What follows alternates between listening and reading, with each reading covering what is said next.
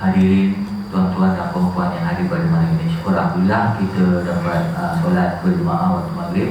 Izinkan saya ambil sedikit waktu sebelum kita memulakan program kita pada malam ini.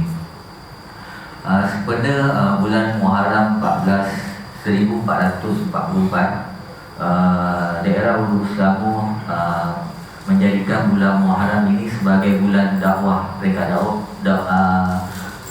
bulan dakwah peringkat daerah daerah Hulu Selangor. Ada beberapa program yang telah diaturkan oleh pejabat agama Islam daerah. Kalau tuan-tuan dan puan-puan pergi ke masjid-masjid di seluruh daerah Hulu Selangor ni, tuan-tuan akan tengok program-program begini sedang dijalankan sehingga hujung bulan ini. Tajuk pun kebanyakannya sama, lebih kurang sama semua tajuk ya. Okay, untuk maklumat, pada malam ini kita buat forum perdana. Kita menjemput 2 orang ahli panel dan seorang moderator kita, imam masjid kita, Imam Izzuddin bin Nusli. Dan insyaAllah selepas ni pada 21 hari bulan 8 kita ada ceramah pula, ceramah yang akan penceramah yang kita jemput adalah dari Aiman. Saya rasa kita memang kenal lah pada dari Aiman, asal daripada Negeri kan. So kita akan jemput dia untuk dia menyampaikan ceramah. Dan seterusnya untuk muslimat pula, kita ada buat 2 kuliah duha pada hari Sabtu 20 hari bulan 7 dan juga 27 hari bulan 7. InsyaAllah kita akan buat kuliah duha muslimat bermula pukul 9 pagi. Ustazah semua kita dah ada. Kita akan maklumkan dalam grup masjid kita. Dan kepada tuan-tuan yang ada pada hari ini, bolehlah hantar isteri untuk sama-sama hadir kuliah duha tersebut. Kuliah duha tersebut kemungkinan kita akan buat pada 2 tempat. Satu di masjid ini, satu lagi kita buat di Taman Batu 30, Surau Taman Batu 30. InsyaAllah apa-apa pun kita akan maklumkan, kita akan bagi tahu. Dan seterusnya maklumat yang lagi sikit kepada yang ini, untuk maklumat tuan-tuan dan perempuan semua. Jatuh kasar masjid yang ada pada hari ini akan tamat pada 31 Disember 2022 akan tamat. So kita kena buat pemilihan jatuh kasar baru yang akan dibuat pada 28 hari bulan 8 2022. Kepada tuan-tuan puan-puan yang belum berdaftar sebagai ahli karya, bolehlah mengambil borang dan daftar terus ya. Sebab kita akan tutup seminggu sebelum mesyuarat agung khas pencalonan dan juga pemilihan ya. So kepada tuan-tuan yang belum lagi, saya harap boleh buat dengan segera ya. Itu saja maklumat pada hari ini sebab saya tak nak ambil masa yang panjang. Untuk pada hari ini moderator akan ditutup oleh Imam Izzuddin. InsyaAllah nanti beliau akan terangkan komen-komen dia dan tajuk. Saya tak nak cerita tajuk dia apa, tapi lebih kepada kekeluargaan ya. So dia akan sampaikan nanti dan dia akan bagi komen dia macam mana semua. Dan jika tuan-tuan puan-puan ada persoalan ataupun ada soalan nak ditanya, boleh ya, boleh. Kalau sempat kita akan minta panel kita jawab lah ya. So kalau ada soalan boleh sediakan dan serahkan kepada saya lah ya. Itu saja ya. Sekian saja. Assalamualaikum warahmatullahi wabarakatuh. Silakan moderator dan ustaz-ustaz untuk duduk di depan. Minta kalau boleh kita bertemu orang dalam ni ya, kalau boleh lah ya.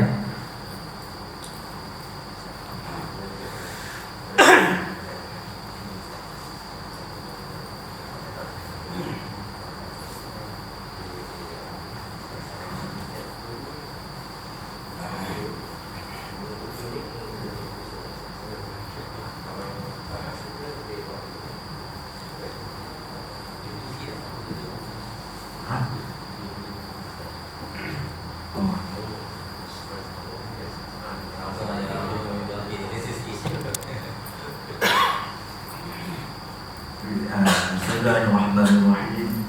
Alhamdulillahirrahmanirrahim. Wassalatu wassalamu ala rasulillah wa ala alihi wa sahbihi ajma'in. Amma ba'd. Yang saya kasihi dua orang panel jemputan kita pada hari ini dan pengurusi dan AJK Masjid Al-Ihsan yang lama serta hadirin-hadirat yang saya kasihi sekalian, Assalamualaikum warahmatullahi taala wabarakatuh. Salam sejahtera, salam satu Malaysia, insya-Allah. Okay, so jadi pada hari ini insya-Allah kita akan membicarakan satu forum yang bertajuk peranan institusi kekeluargaan, pembentukan akidah masa kini. Okay, sebaik sebelum kita teruskan perbincangan kita pada hari ini, izinkan saya untuk memperkenalkan dua orang panel kita yang dijemput khas pada hari ini. Baik, yang pertama di sebelah kiri saya, panel yang pertama Ustaz Abdul Ghani Krishna Murti, yang merupakan timbalan pengurusi Berkim Cawangan Serendam, yang mana beliau juga merupakan guru pemimpin Asnaf Mu'alaf, penasihat akidah di Jabatan Mufti Selangor, tokoh saudara Ma'al Hijrah, tokoh saudara baru Berkim Selangor, dan juga merupakan panel program TV Qudwah dan TV Jakim Tadiji Ummah dalam bahasa Tamil.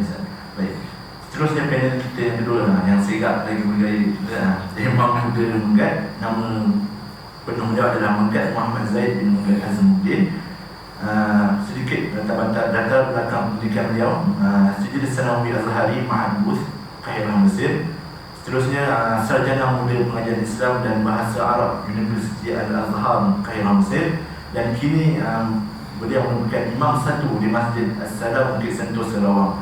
Selain itu beliau juga aktif dalam penglibatan dakwah yang sebagai menyampaikan kuliah agama fardu ain sekitar negeri Selangor, dan merupakan panel jemputan di beberapa rancangan seperti di Astro Oasis, National FM, Pera FM dan sebagainya.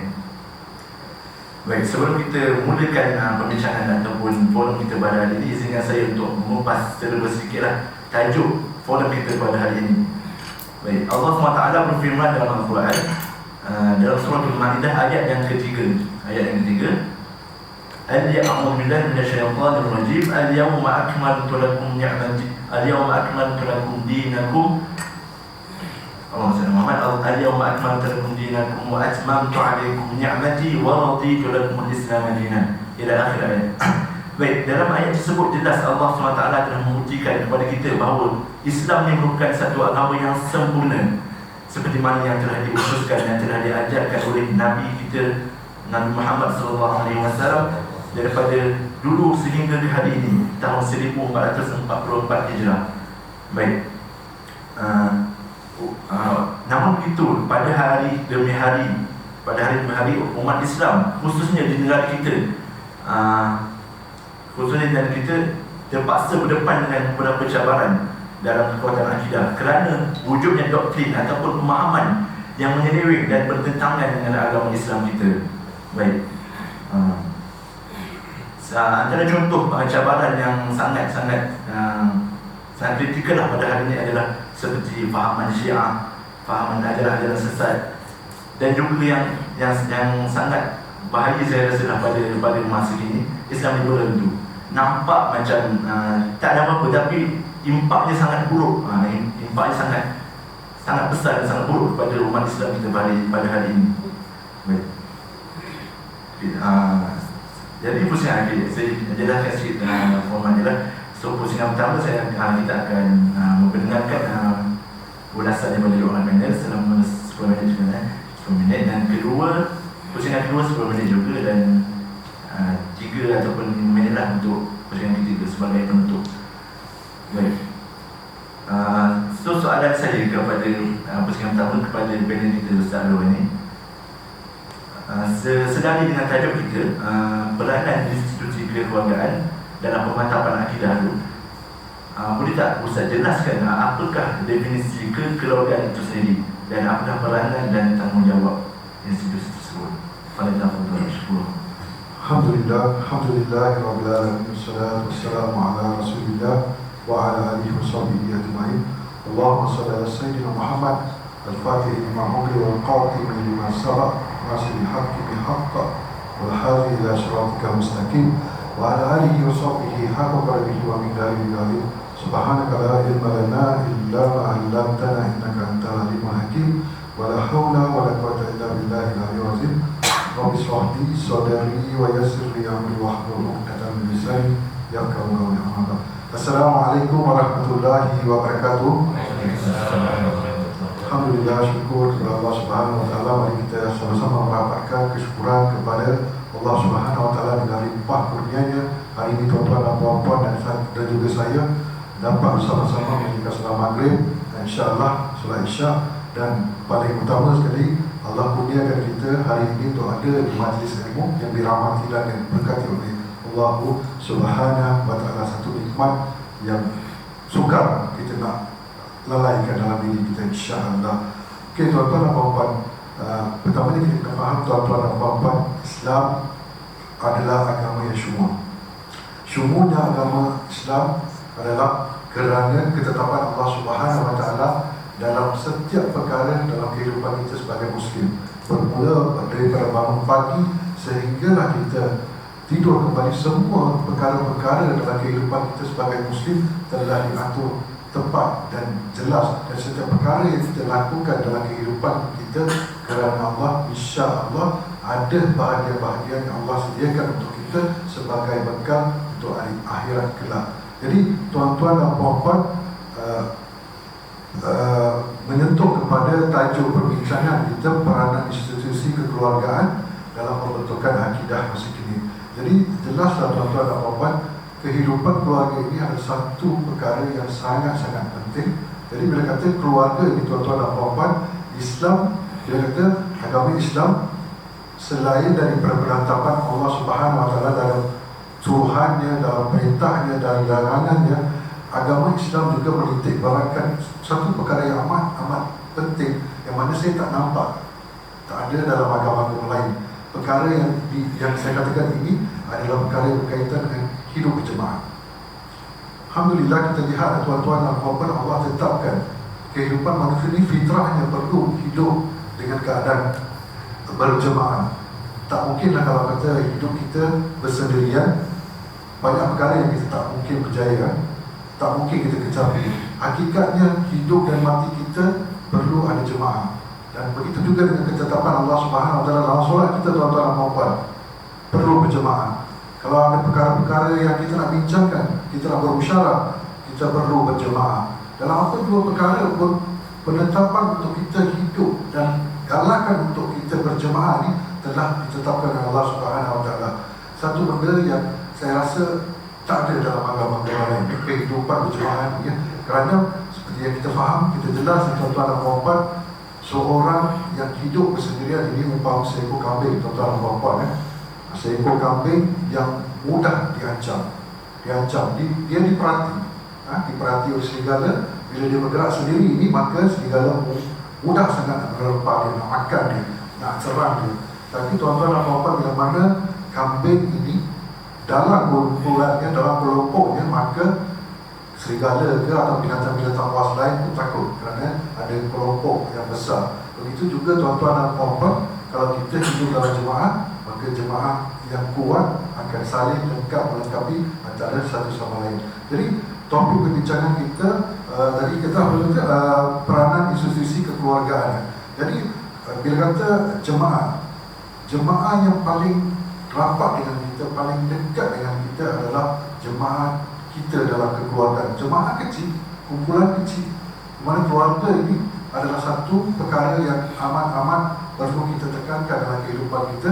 Jadi kehidupan jemaah ini sudah bermula lagi dari dalam rumah kita, tuan-tuan dan puan-puan. Jadi bila kata keluarga ini, boleh kita lihat sebelum mengupas lebih mendalam lagi, mari kita lihat definisi keluarga ini sendiri. Definisi keluarga adalah sekelompok manusia yang hidup sekali, maksudnya saling lengkap melengkapi antara satu sama lain dan saling memerlukan antara satu sama lain, dan pergantungan mereka antara satu sama lain dalam kehidupan keluarga. Maksudnya mereka hidup, mereka mengisi rumah, mereka bergantung, berharap, dan pengharapan antara satu sama lain itu adalah saling mengikat mereka. Itu definisinya, tuan-tuan dan puan-puan. Tapi bila kita melihat dalam kerangka Islam, tuan-tuan dan puan-puan yang dirahmati Allah Subhanahu wa taala, lagi dikasihi oleh baginda sallallahu alaihi wasallam, kita lihat tuan-tuan dan puan-puan, bila kata seorang itu hidup beramal, bila seorang yang bujang itu beramal soleh, maka darjat pahala yang Allah beri itu adalah berbeza. Bila kata seorang itu dah berumah tangga, mempunyai anak isteri, dia punya amal soleh yang dilakukan, darjatnya berbeza. Maka kepentingan kehidupan keluarga ini amat dititik beratkan dalam kehidupan Islam. Jadi jemaah yang pertama bermula dalam kehidupan kita adalah dalam keluarga kita. Jadi kita, bila kita kata keluarga ni, banyak tuan-tuan dan puan-puan, bukan mudah nak berkeluarga, tapi berkeluarga ni memerlukan kepada banyak perkara yang perlu kita tekankan. Maksudnya tanggungjawab daripada diri sendiri dan juga pada ahli-ahli keluarga ni, ya. Jadi bila kata peranan-peranannya tuan-tuan dan puan-puan, banyak peranan-peranannya dari segi pendidikannya tuan-tuan dan puan-puan. Bila kata anak-anak kita ni, ialah kita kata bukanlah pendidikan itu faktor kejayaan seseorang di muka bumi, tapi pendidikan menjadi jambatan untuk menentukan masa depan seseorang itu. Jadi pendidikan ini satu benda yang sangat penting. Jadi peranan institusi keluarga, peranan institusi ibu dan bapa ini adalah sangat penting bila mana menentukan arah tuju perjalanan pendidikan anak-anak. Tak kisahlah tuan-tuan dan puan-puan, kalau kita mampu, kalau kita rasa anak-anak kita, tuan-tuan dan puan-puan, dapat memegang talian dari segi akademik dunia lah kita katakan, tuan-tuan dan puan-puan, kan. Kalau dia mampu bawa benda tu, kita bawa, kita galaskan dia, kita beri yang terbaik bagi dia. Ini peranan yang paling utama lah dari institusi keluarga. Tapi kalau kata dia tidak mampu, kan, kadang-kadang ialah kita tengok ada anak-anak kita yang tercicir, kan. Bukan kata bila tercicir kita nak cari bidang agama untuk kita nak salurkan dia, tak, tuan-tuan dan puan-puan. Kita berharap dengan kita hantar anak-anak kita yang mungkin terabai ataupun tercicir ini ke bidang agama, mungkin Allah boleh jinakkan hati dia dengan lawangan Quran yang dibacakan. Ini sebabnya tuan-tuan dan puan-puan, bukan sebab kita pilih anak-anak kita kata cicit kita letak kepada agama, tidak ada, tuan. Sebenarnya itu niat. Bila kata kita hantar mereka ke bidang agama, mungkin hati mereka akan guna, akan dijinakkan oleh kalam Allah Subhanahu wa ta'ala. Seterusnya tuan-tuan dan puan-puan, kita lihat apa lagi peranan institusi keluarga, ibu bapa di, tuan-tuan dan puan-puan. Jadi seterusnya kita tengok, selain daripada pendidikan, tuan-tuan dan puan-puan, dari segi perlakuan, tingkah laku kita, jadi kita adalah satu perkara, satu benda yang sangat-sangat mudah diperlihatkan oleh anak-anak kita. Jadi kita menercu, membentuk kepribadian anak-anak kita. Jadi bila mana kita menjadi satu role model kepada anak-anak kita, maka setiap perkara yang kita lakukan dalam kehidupan kita sentiasa diperhati. Jadi peranan kita sebagai ibu bapa, tuan-tuan dan puan-puan, saya masih belum lagi terlalu tua,